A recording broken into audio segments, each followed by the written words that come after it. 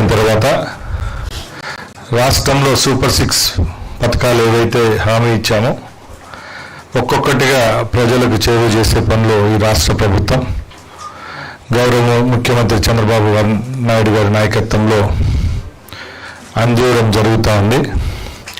దానిలో భాగంగానే ముఖ్యంగా రాష్ట్రంలో ఉన్న మహిళా మూర్తులందరికీ ఫ్రీ బస్ సౌకర్యం కల్పిస్తామని చెప్పడం జరిగింది. అదే సూపర్ 6లో కూడా పొందుపరచడం. దానిలో భాగంగానే ముందు చెప్పిన విధంగా మా ముఖ్యమంత్రి వర్యులు ఆగస్టు 15వ తారీఖున ఒక మంచి దినం, ఆ దినాన మన రాష్ట్రంలో ప్రవేశపెట్టేదానికి సంసిద్ధంగా ఉన్నామని చెప్పి మేము ప్రకటిస్తున్నాం.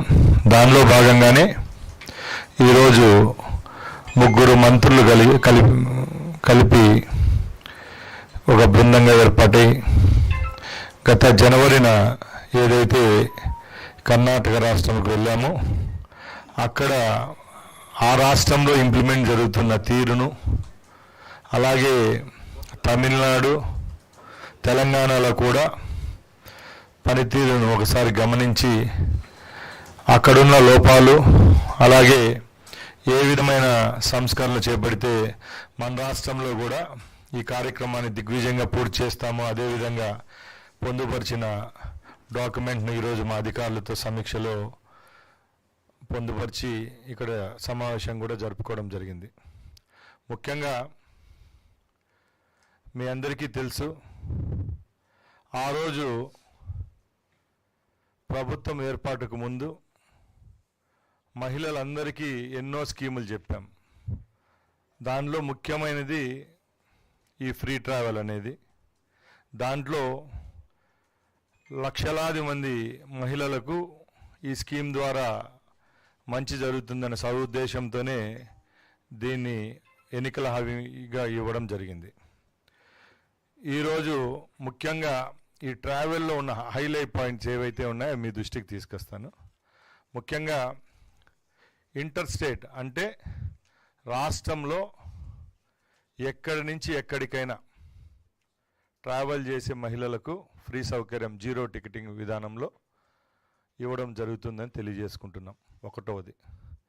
రెండవది, అందరూ అడుగుతారు ఏ కేటగిరీ బస్సుల్లో ఈ సౌకర్యాన్ని కల్పిస్తారని అడుగుతారు.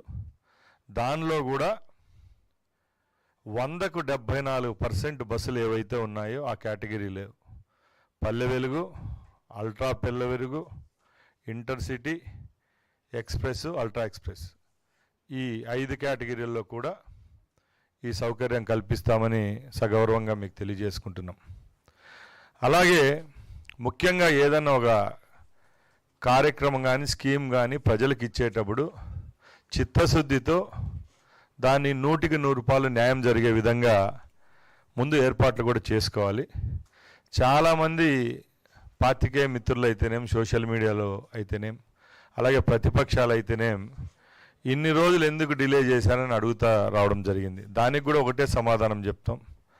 మా ముఖ్యమంత్రి వర్యులు ఏదైనా ఒక కార్యక్రమం చేపట్టేటప్పుడు ఆడంబరంగా కాకుండా మంచిగా అంటే 100కి 100% చిత్తశుద్ధితో ట్రాన్స్పరెన్సీగా ఆ పథకాన్ని అమలు చేయాలనే ఒక సదుద్దేశంతోనే ఈ యొక్క స్కీమ్ యొక్క ముసాయిదాను కూడా తయారు చేయడం జరిగిందని తెలియజేసుకుంటున్నా.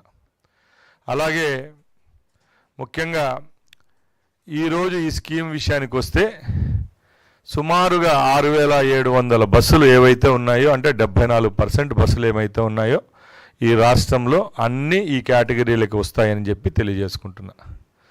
అలాగే ముఖ్యంగా ఈ స్కీమ్ ఇంప్లిమెంట్ అయ్యేటప్పుడు బస్ స్టాండ్లు అయితేనేం, అలాగే బస్ స్టాపులు అయితేనేం అన్ని దగ్గర ఏ విధమైన చర్యలు తీసుకుంటే మహిళలకు మంచిగా ఉంటుంది, సురక్షితంగా ఉంటుందనే ఒక కాన్సెప్ట్తో కూడా గత 3 నెలల నుంచి స్టడీ చేయడం జరిగింది. దానిలో భాగంగానే ఆర్టీసీ బస్ స్టాండ్లో ఉన్న టాయిలెట్స్, వాష్రూమ్స్ అయితేనేం, టాయిలెట్స్ అయితేనేం అన్నిటినీ మరమ్మతులు చేయడం, అలాగే డ్రింకింగ్ వాటర్ విషయంలో కూడా మంచిగా శుభ్రమైన తాగునీరుని అందించే విధంగా కూడా చర్యలు తీసుకోవడం జరుగుతుందని తెలియజేసుకుంటున్నా.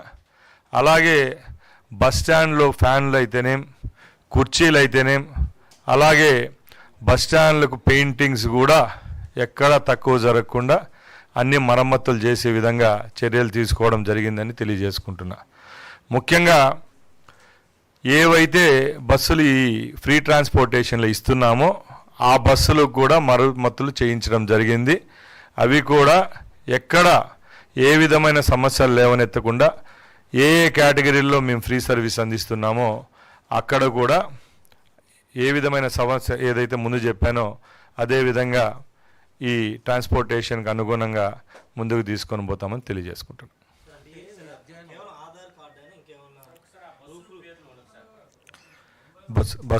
బస్సులు లేమా?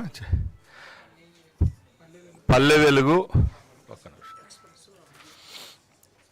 ఎక్స్ప్రెస్, ఆర్డినరీ అంటే పల్లె వెలుగు వస్తాయి దాంట్లో, మెట్రో ఎక్స్ప్రెస్, సిటీ ఆర్డినరీ 5 కేటగిరీల్లో వస్తాయి. అవును సార్. ఎక్స్ప్రెస్ అండి, ultra Palle Velugu, ordinary, metro express, city ordinary.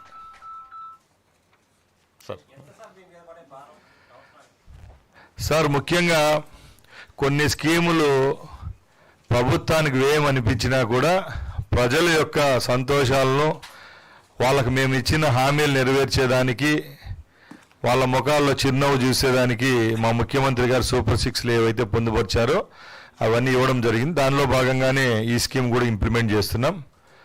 మా ఏపీఎస్ఆర్టీసీ అలాగే రవాణా సంస్థ లెక్క ప్రకారం సుమారుగా 1950 కోట్లు ఒక సంవత్సరానికి ప్రభుత్వం పైన భారం అనుకోము, ప్రభుత్వానికి ఖర్చు అవుతుంది. భారం అనే పదం మేము ఎక్కడ వాడడం లేదు, ప్రభుత్వానికి ఖర్చు అవుతుంది.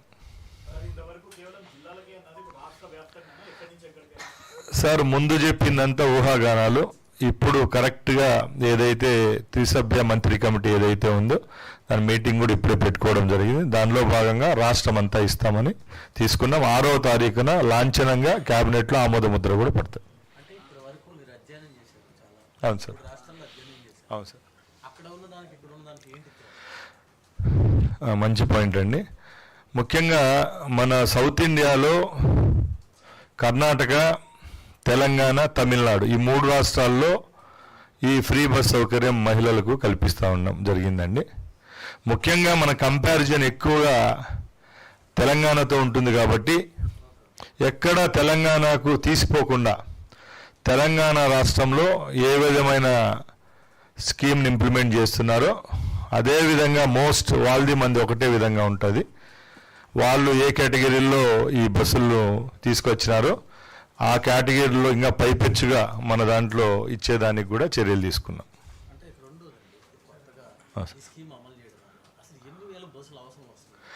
సార్ ఒక్కటే చెప్తున్నాం,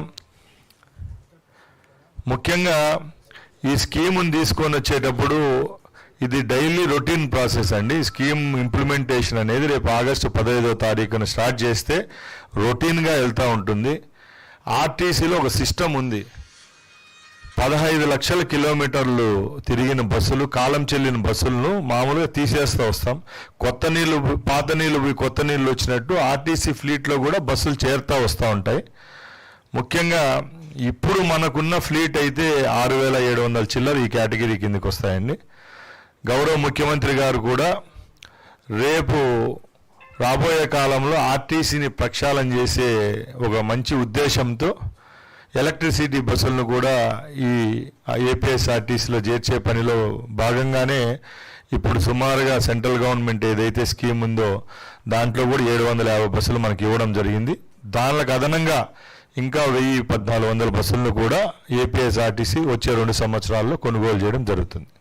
కర్ణాటకలో, తెలంగాణలో చూస్తే కనుక ఈ ఉచిత బస్సుల్లో సీట్ల కోసం మహిళలు జుట్లు పట్టుకొని పుట్టినట్టు ఇక్కడ మహిళలు ఇట్లా బస్సులలో పడి జుట్లు పట్టుకొని పుట్టుకోకుండా మీరు ఏ జాగ్రత్తలు తీసుకోవాలి అంటే దానికి సంబంధించి ఎన్ని బస్సులు పెంచడం అంటే ముందే నేను చెప్పానండి.